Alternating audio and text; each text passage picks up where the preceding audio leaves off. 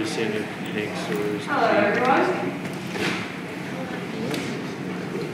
Hello. Coach Read is going to begin with an opening statement, and we are ready to go for questions. Please raise your hand and I'll call on you. I told our girls in the locker room what an amazing effort. I mean, where this team was 2.5, 3 weeks ago, coming from the Bahamas to where they are right now, they're just playing some amazing basketball. They're playing team basketball, and so I was really, really proud of them. They shot like probably over 65% after the first quarter, and they were wide open shots. But they were really sharing the ball, and so a great effort in the ACC game. We definitely needed to be able to protect our home court. I'll take any questions.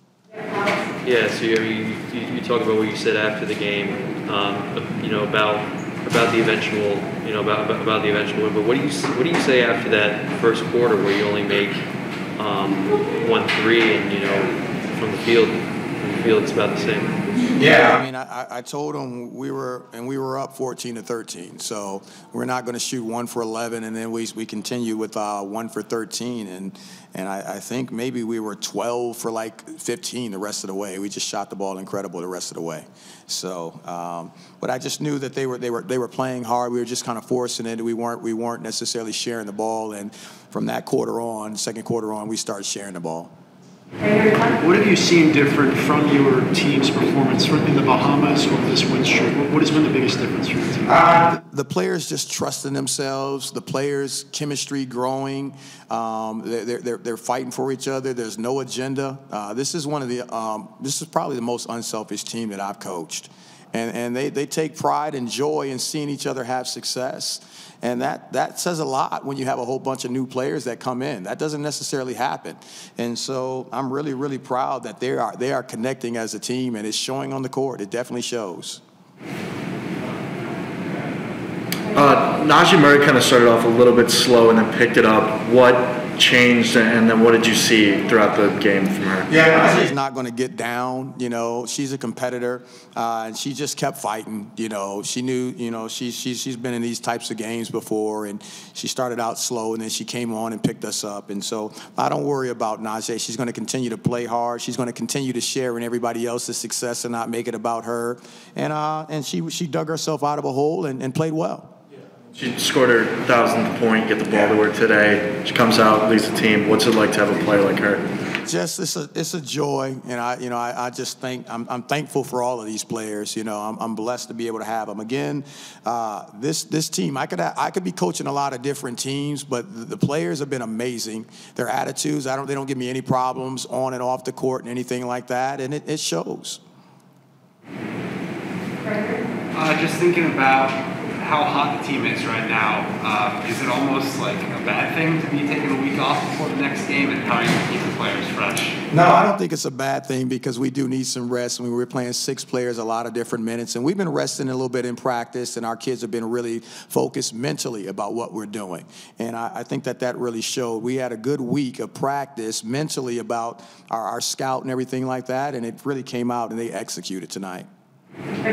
I'm looking at the box score right now, and I was almost a little bit surprised to see that Chrissy Carr only has 4 rebounds on the game, because it seems like she's making a much bigger impact disrupting shots, getting in good position. Could you just talk a little bit about her impact down low right now? Yeah, Chrissy's in there battling. Sometimes she may not be able to get the rebound, but she's boxing out. Some of our other players can come in there and rebound and clean it up. Her and Alasia are fighting some big bodies in there. Alasia did an amazing job, 14 points, 10 rebounds tonight. We finally got her out of the game in the fourth quarter. And so, it's tough to get her off the floor. But, our players are playing some amazing basketball. Chrislyn had a really good game. She got us jump-started in that second quarter as well. And her energy is the one that leads the team as well.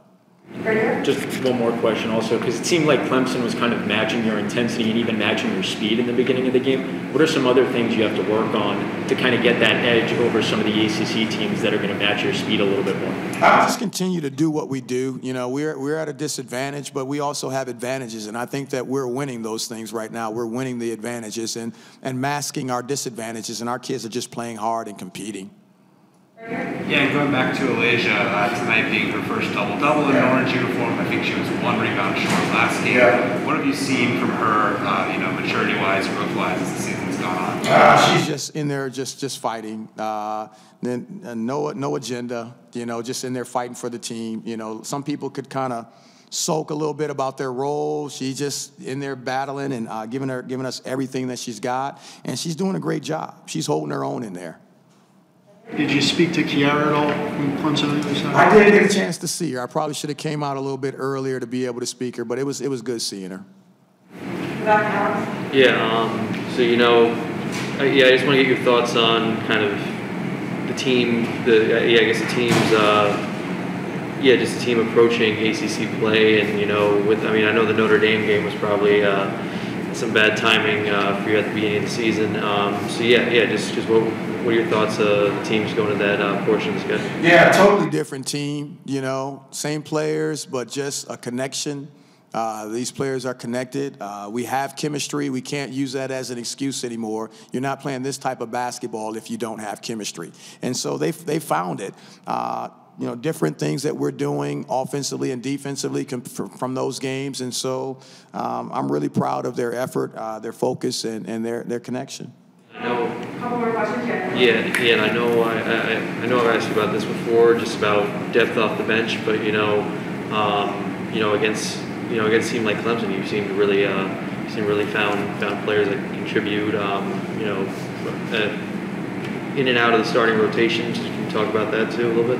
Yeah, the depth is an issue, but I just think that the players that are playing are connected, and they're playing hard, and they just have a good chemistry about themselves, with the 6 core players that we're playing, and we're trying to develop other players coming off the bench, and we'll continue to do that.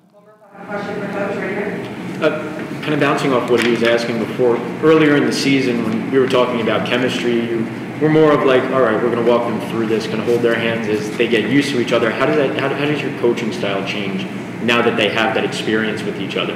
Yeah, I don't think it's changed. It's really not about me, from that standpoint. It's just about the players, and they want to play for each other. And when you have that, you can't coach that. You can't force players to want to play with each other. They either got to want to do it. And our players have bought into each other, and they share so much joy in each other's success. It's amazing. All right, thanks, Coach Reed. Thank you. Thank you, Coach. Thank you, Coach. Thank you.